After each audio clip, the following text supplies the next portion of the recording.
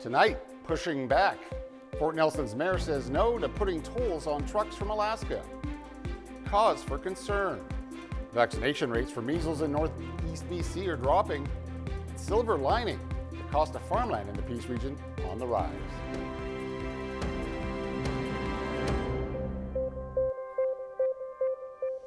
Good evening and thank you very much for joining us. And we begin tonight with the mayor of Fort Nelson pushing back against plans to impose tolls on commercial vehicles traveling through BC to Alaska. Mayor Rob Fraser says he supports BC's stance to maintain independence and he supports Canada's sovereignty in the light of the trade war with the United States. It comes as the BC government introduced Bill 7 that would give it powers to fight back against U.S. tariffs. But Fraser adds tolls would have a detrimental effect on the Fort Nelson economy. The mayor says the Alaska Highway is one of the last economic drivers for his communities within the Northern Rockies. The number of commercial vehicles traveling to and from Alaska is relatively low. Stats from the province show the number is around 10,000 trucks annually.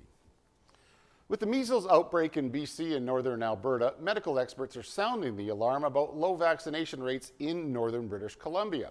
Our region has the fourth lowest vaccination rate for 7-year-olds at 68.8%. That's below the provincial average and almost 12 percentage points lower than BC's northern interior region. Experts say the measles are a highly contagious virus that are preventable with vaccines. Well, hundreds of cases have been confirmed across North America this year, while 2 people have died, including 1 child. Fort St. John RCMP are asking for the public's help in finding a missing teenager. Luna Allison is being described as a 16-year-old Indigenous female. She stands 5 feet 7 inches tall and weighs 201 pounds and has red and black hair. Mounties have not released many details surrounding her disappearance, only that she was reported missing yesterday. Anyone with any information is being asked to contact the Fort St. John RCMP. Amid challenges posed by proposed tariffs from China and the United States that have hurt the competitiveness of Peace region's agriculture sector, there is a silver lining. Strong demand coupled with lower borrowing costs continue to push up the value of farmland. Farm Credit Canada's 2024 report has revealed a 16.1 rise in farmland values, signaling strong demand for agricultural land. The average price of cultivated land is now $2,400 per acre, while pasture land jumping 3% to $1,800. FCC says despite limited farmland and unsuitable conditions, land near the Alberta border is narrowing the gap with Alberta as far as price goes. British Columbia was one of only 3 provinces across the country reporting higher prices last year. Overall, prices in BC increased 11.2% compared to a 3.1% decrease in 2023. A number of fire departments across the Peace region to benefit from money from the province aimed at enhancing emergency response. Taylor, Pouce Coupe, Hudson's Hope, and Chetwynd will all receive nearly $140,000 combined for equipment and training. The District of Taylor will receive just shy of $31,000 for its 2025 fire and rescue plan, while in Pouce Coupe, just over $31,000 will go towards communication upgrades. Hudson's Hopes will see funding for replacement fire hose and self-contained breathing apparatus, and nearly $40,000 will go towards equipment upgrades in Chetwynd. It's all part of a $9 million investment to the Community Emergency Preparedness Fund, supporting 230 fire departments province-wide. It looks like the federal government's tax holiday helped keep inflation lower last month. However, the rate still rose more than what economists were predicting. February's inflation rate was 2.6%, and if we didn't have the GST and HST break, which ended mid-month, it would have been at 3%. The biggest increases were noted in restaurant food purchases, some clothing items, and alcohol. And it's the first month that the increase in consumer price index topped the Bank of Canada's 2% target.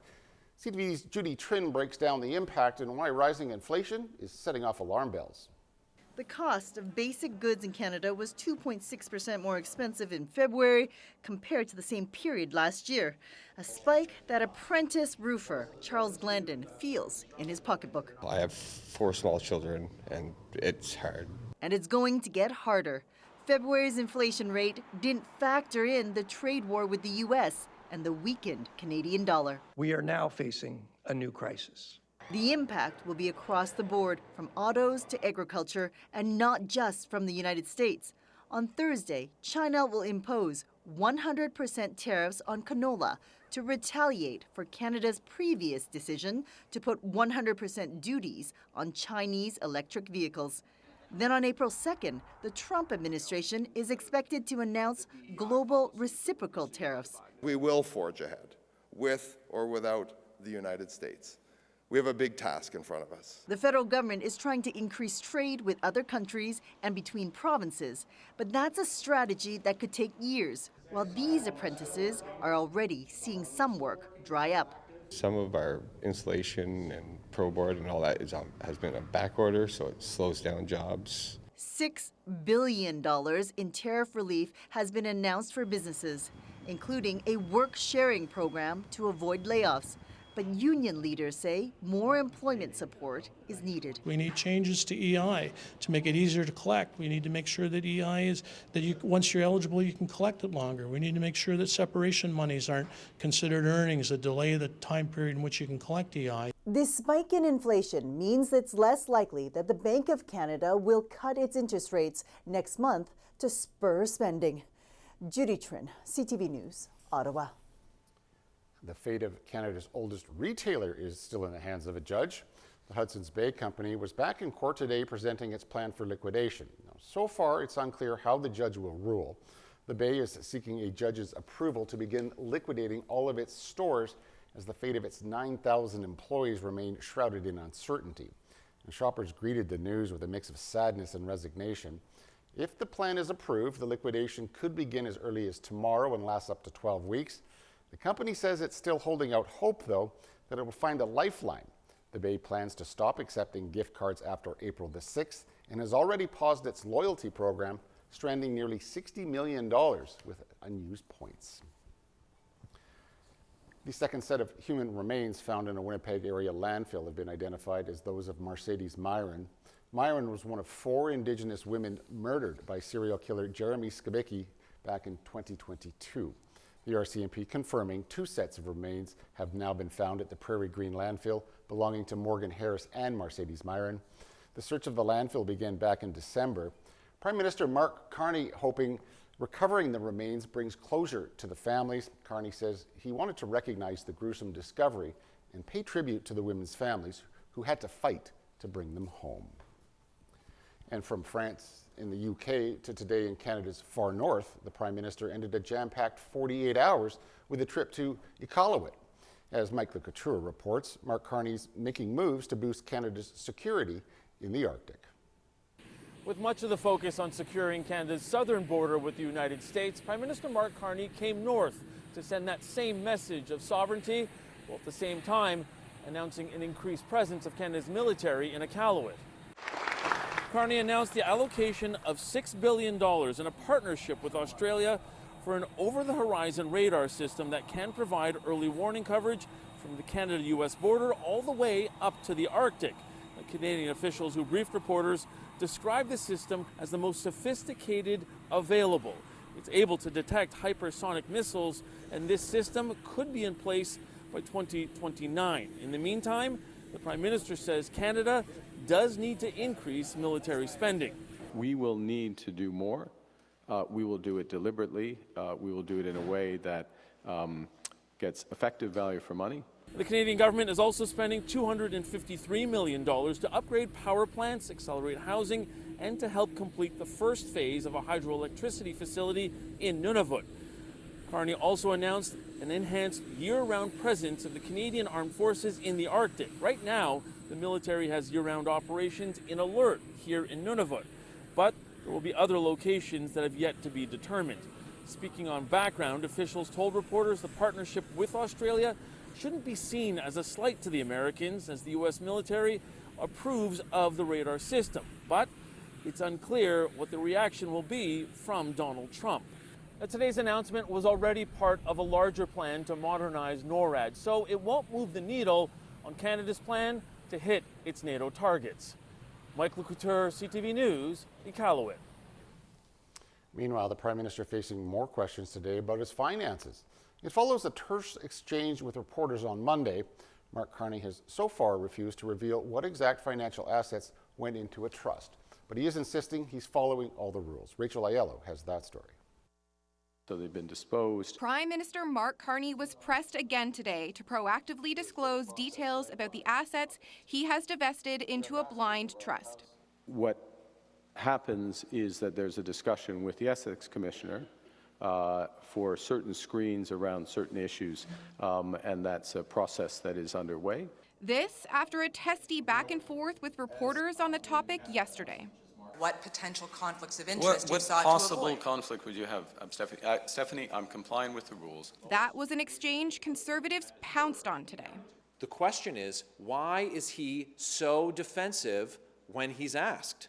Canada's conflict of interest rules state the Prime Minister is not allowed to own controlled assets, such as stocks or bonds, whose value could directly or indirectly be affected by government decisions or policy. The rules require he divest by either selling or placing them in a blind trust. The Federal Ethics Commissioner's office confirms Carney has been in touch. In a statement, a spokesperson said Carney has 60 days to disclose to the Commissioner all his assets, liabilities, income, and outside activities, and that the office would also work with him on publishing a summary of his personal and financial information within 120 days. I'll speak to you after. But, as reporters have pressed him on, 120 days could very likely be after the federal election. Assets that are placed in a blind trust are known to the office holder until they are liquidated. So for whatever length of time that is, a blind trust is not really blind. Shedding some light on the Prime Minister's past holdings, Brookfield Asset Management's latest annual report shows that before he quit to launch his leadership bid, Carney held $6.8 million in stock options at his former firm.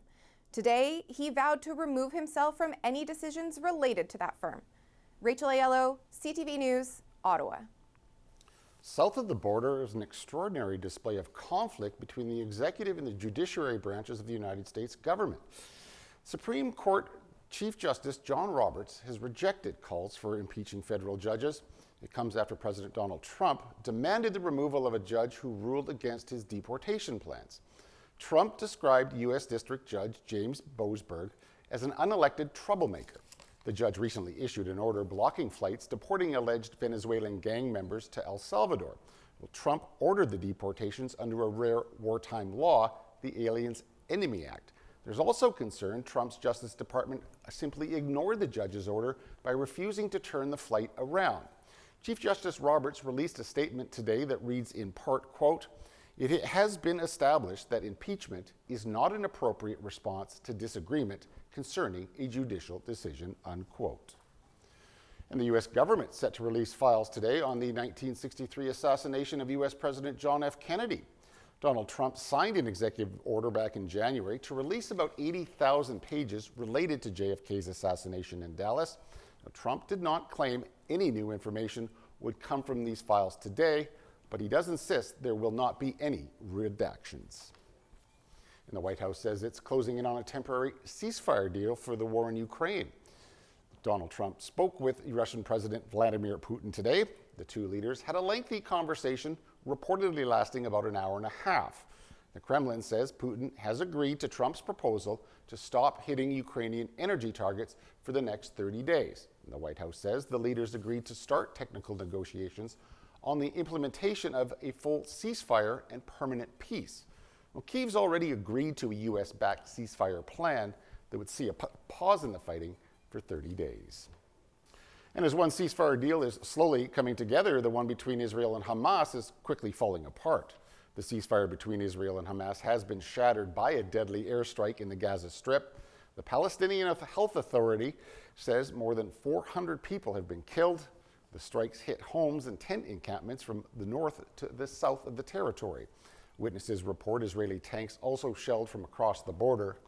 Israel's prime minister says he ordered the strikes because Hamas had rejected proposals to secure a ceasefire extension. Benjamin Netanyahu is also pledging to increase military action. The Israelis say the military operation in Gaza will continue in the days ahead. 2 NASA astronauts are finally back on Earth after an unscheduled 9 months in orbit.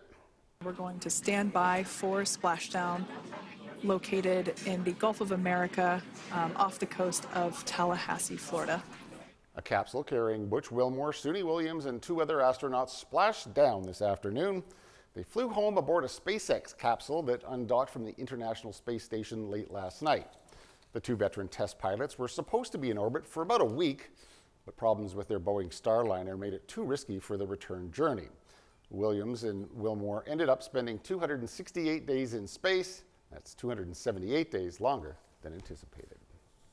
All right, please do stay tuned. I'll be right back with weather, but as we head to break, here's a look at today's closing market numbers.